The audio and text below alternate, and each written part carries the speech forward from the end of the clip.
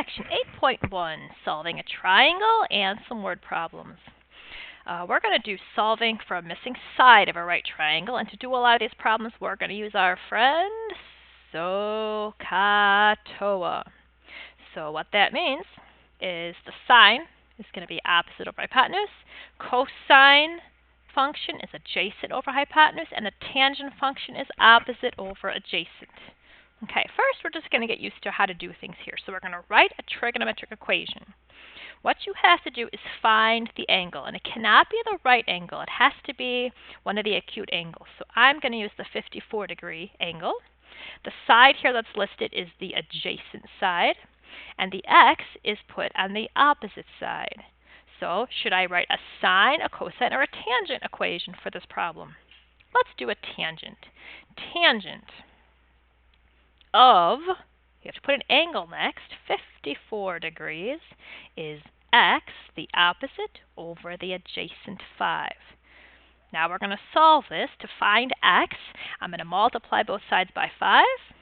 Multiply by 5, it's going to cancel. And so to get x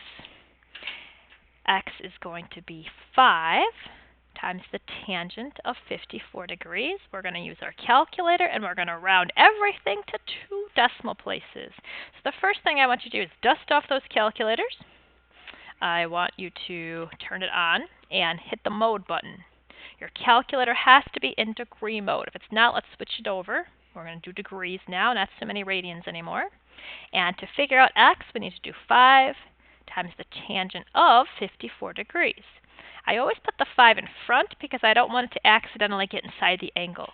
Or you could close that angle and put the 5 at the end. That would be safe. In either case, x is approximately 6.88. Now let's go back to the picture because this was a side, and since this is in terms of feet, that side is going to be in terms of feet. Okay. Let's try it again. Make sure that you are referencing the angle. Okay, so either mark it or put your finger by it. What part of the triangle is 6 in reference to that angle? That's opposite, and this part is the hypotenuse. So we're going to make a sine equation. Sine of 26 degrees. Make sure you always put the angle equals 6 over x. To solve for x, I'm going to put this side over 1, and I'm going to cross multiply.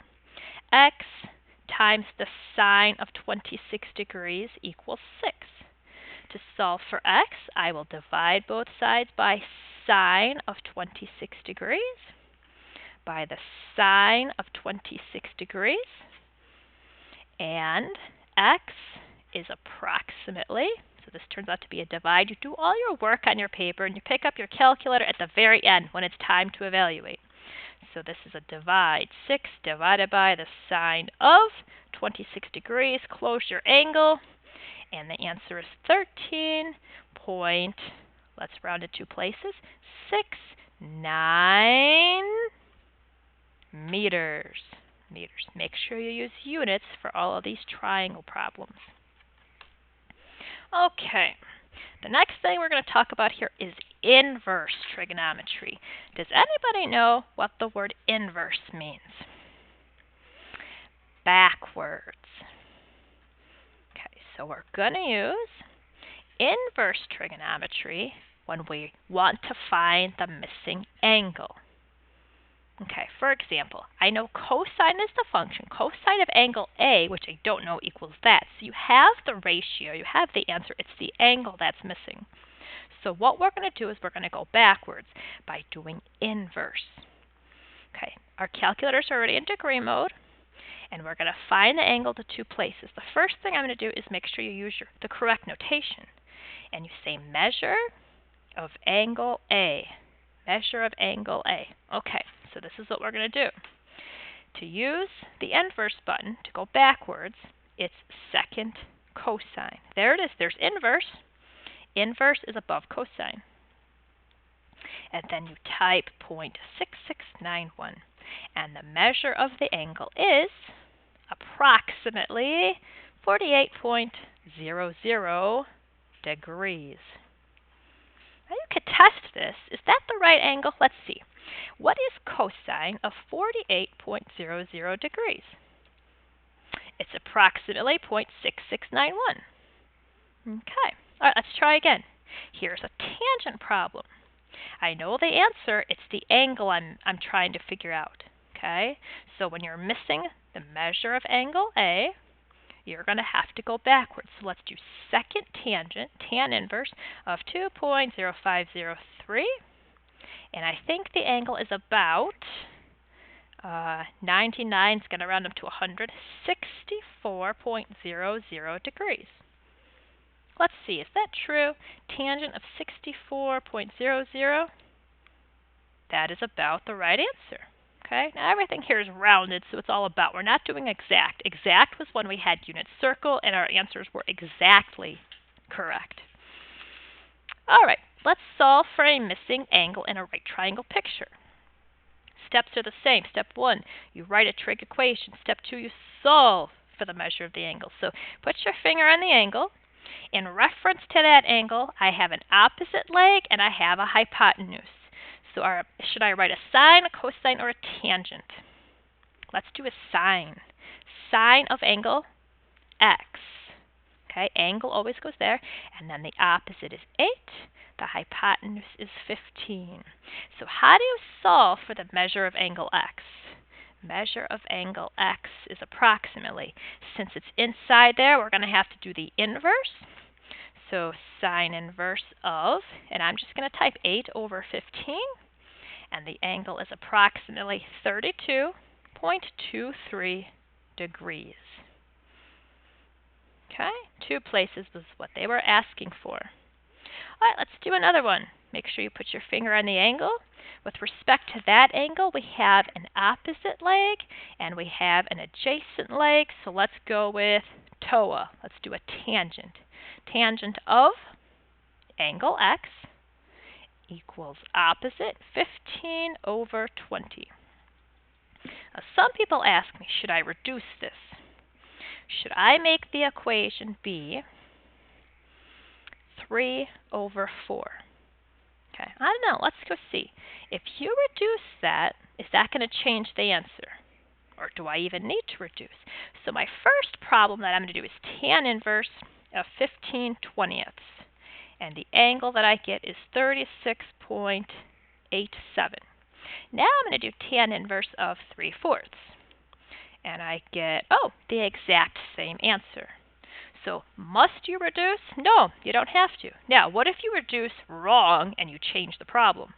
Then you're going to get the wrong answer. So it might be best to be safe and just keep it like that and type it in because it doesn't matter. The answer is the same. The angle in either case is 36.87 degrees.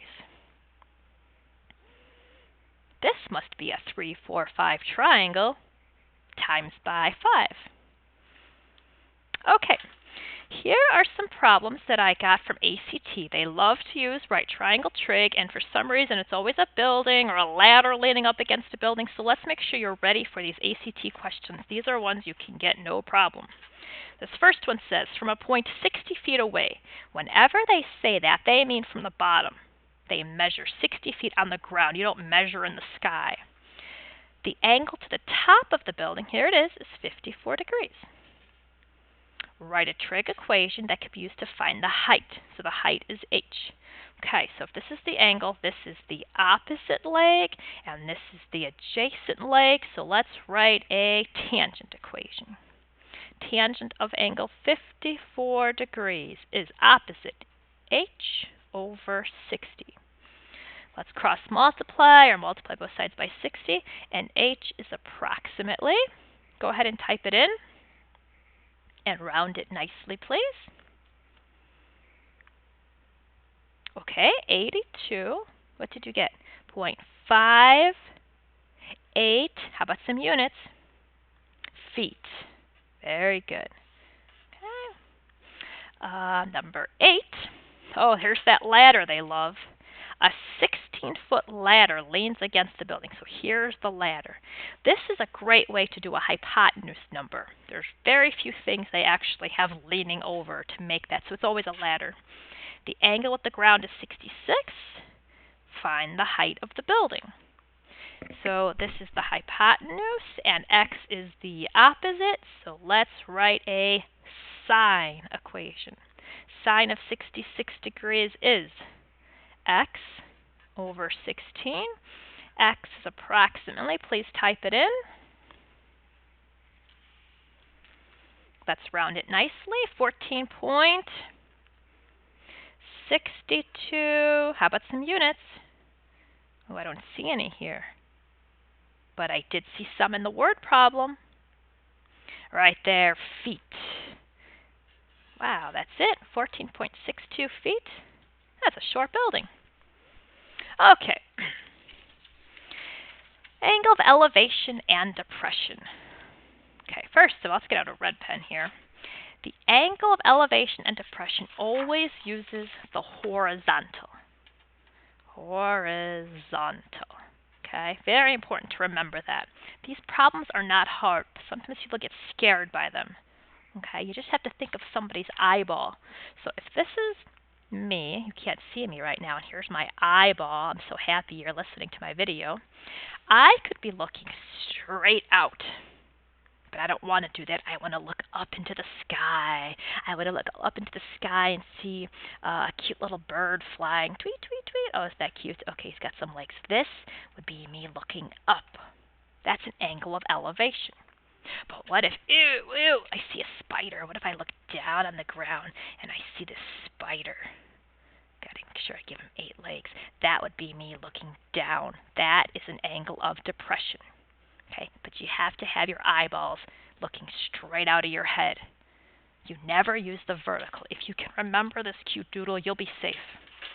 Okay, an angle of elevation is the angle with the horizontal.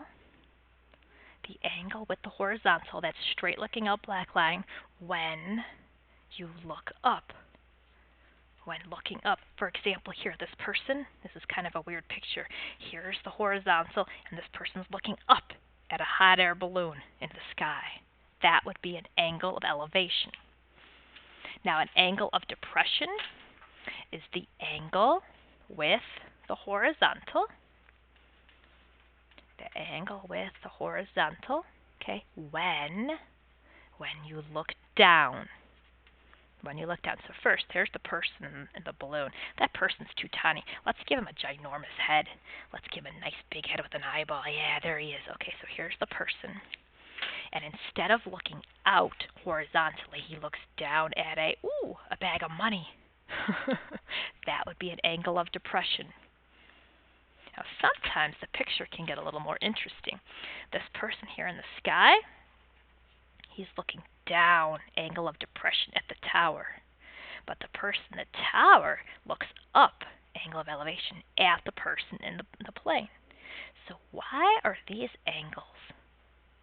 Why are they equal? Come on, geometry students. There's a nice sentence for this. They are equal because alternate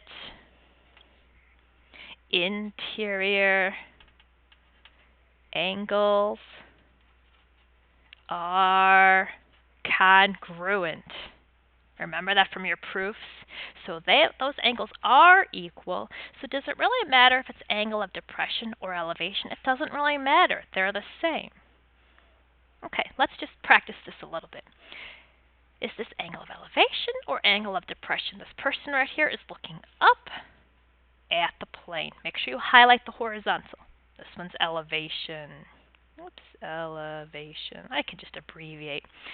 This is a tree. Okay, here's the tree. Here's the height. Here's the ground. Make sure you get the horizontal. And here's the looking up at the tree. And here's the angle theta. It's never the right angle, and it's never with the vertical. You got to use the angle with the horizontal. So this would be another elevation. This one's a little different. Here's the person. Here's his eyeball.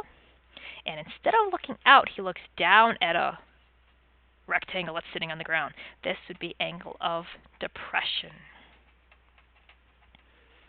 But remember, I said there's that trick. So if this angle of depression was 70 degrees, but you don't like doing the triangle in the sky, you like doing the triangle on the ground, then alternate interior angles are congruent. You could put the 70 degrees right there, and you could do the triangle like that. You can replace the angle of depression into the angle of elevation spot. Just do not put it here with the vertical. Do not put it in that corner. Make sure you do alternate interior angles. Okay, this is going to get a little more fun because we're going to get to draw our own pictures. Okay, so let's just draw some nice sketches. It doesn't have to be fancy. From the top of a 60-foot high tower. So everybody please always start by drawing the ground. Always draw a horizontal ground. Okay, and then we got a tower. I don't know how fancy you want to make this tower. From the top of a 60-foot tower, the angle of depression to an object on the ground. So this, here's the object on the ground, a dot. The angle of depression would be right there. And that angle is 35 degrees.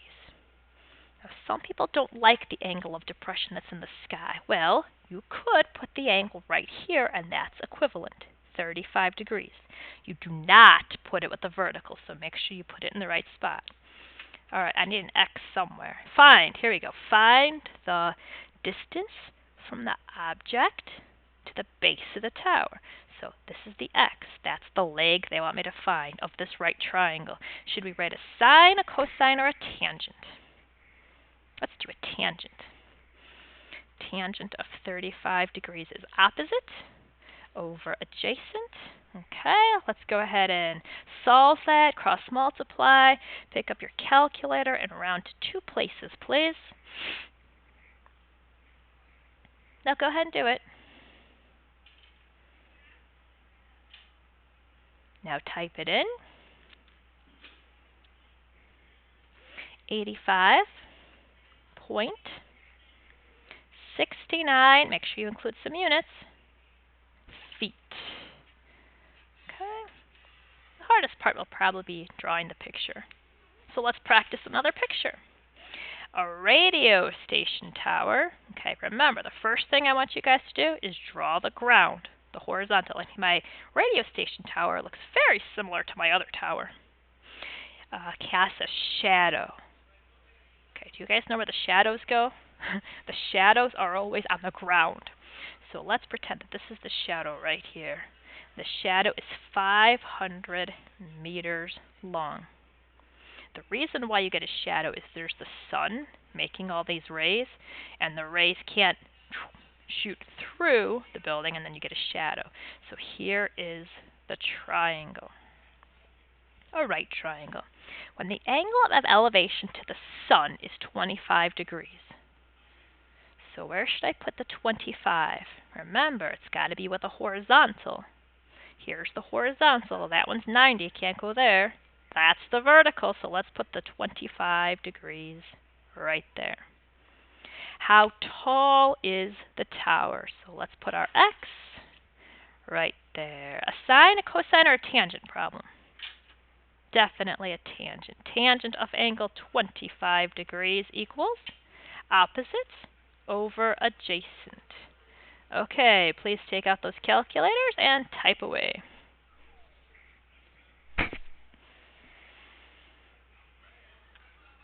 And rounded would be 233.15. How about some units? Meters. In real life, 90% of the time, it's tangent. It's usually the bottom and the vertical. Okay. The last thing we're going to do here is some solving. Okay. To solve a triangle, all that means is you find everything. You find all the side lengths. Okay, and you have to find all the angle measures. So when you solve that triangle, you find all his measurements. But they have to always give you 3. There's always going to be 3. All right, so how does this work? Remember, in geometry, ABC, let me tell you how we're going to put the letters. First of all, make sure you draw a right triangle. Does it really matter where we put the ABC? Oh, well, hang on. Yes, I have to make sure that C is the 90 degrees. So let's put C right here. And then A and B can be wherever. Now, do you remember how to label the sides? Where is side little a? Oh, there's a B. Where is side little b? Across from angle big B. So this is little side B. Angle C is here, so side C is the hypotenuse, and across from angle A is little a. So now let's put the numbers on. I've already got the right angle in the right place. Let's go put side B. It has a 2. And, angle A has to be a 40 degree. Okay, so let's make a list of all of the sides, the measures of the angles that we don't know yet. We have to find measure of angle B. Okay, we're going to have to find side little a. And we're going to have to find side little c. Once we find these 3 missing sides and angles, then we'll have solved the triangle. The first one that I think would be the easiest would be angle B. In fact, we don't even need a calculation or a trig function for that. The measure of the 3 angles in a triangle is always 180. So 180 minus 90 minus 40 is 50 degrees. Okay, so now we have all 3 angles. Let's go for side little a. We go for side little a. It doesn't matter, but we have to pick an acute angle. Okay, so let's pick the 40. Doesn't matter which one you pick. And I'm going to go for side little a. So if I use this angle, and I have the side adjacent, and I'm going for the side opposite, then I would write a tangent equation. Tangent of 40 is opposite a over adjacent 2. So go ahead and calculate side little a, please.